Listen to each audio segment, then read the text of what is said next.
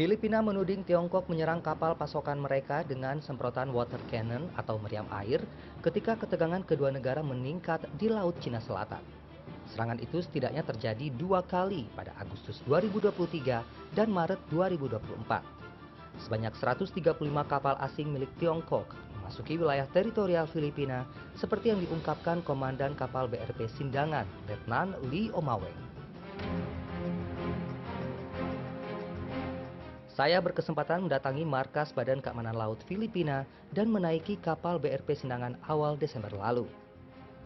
Inilah kapal Coast Guard milik Filipina yang sempat mengalami bentrokan dengan kapal milik Cina yang memasuki wilayah teritori mereka sejak Maret hingga akhir November 2024 yang lalu.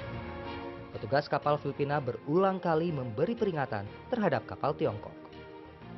This is Philippine Coast Guard vessel MRRV 4407 BRP Sindangan.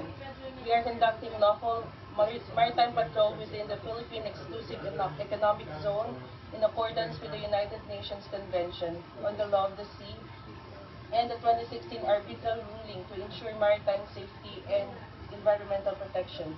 You are advised to observe international law, including the UNCLOS, the collision regulation, and avoid interfering in lawful maritime activities of the Philippines in our exclusive economic zone. BRP Sindangan merupakan kapal patroli yang sekaligus berfungsi sebagai penyuplai logistik kepada kapal Filipina lainnya yang dipusatkan di perairan perbatasan. Di lain pihak, Indonesia selaku negara non-claimant atau bukan pengklaim di Laut Cina Selatan berupaya mengusung perdamaian.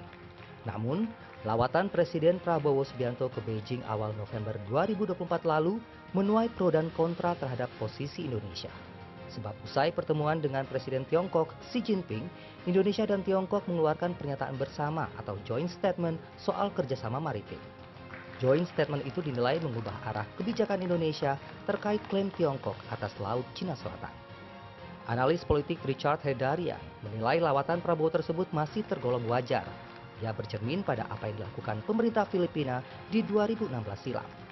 China can impress you with big statements, and at the same time, they can catch you in, the hidden messages when it comes to joint statements. So for me, it doesn't mean Prabowo is a disaster per se. I think as long as they learn the right lessons, and let's be honest, in fairness, with all due credit to the Indonesian foreign minister, I think there was a lot of correction afterwards, a lot of clarification, which we had the same thing with the Philippines.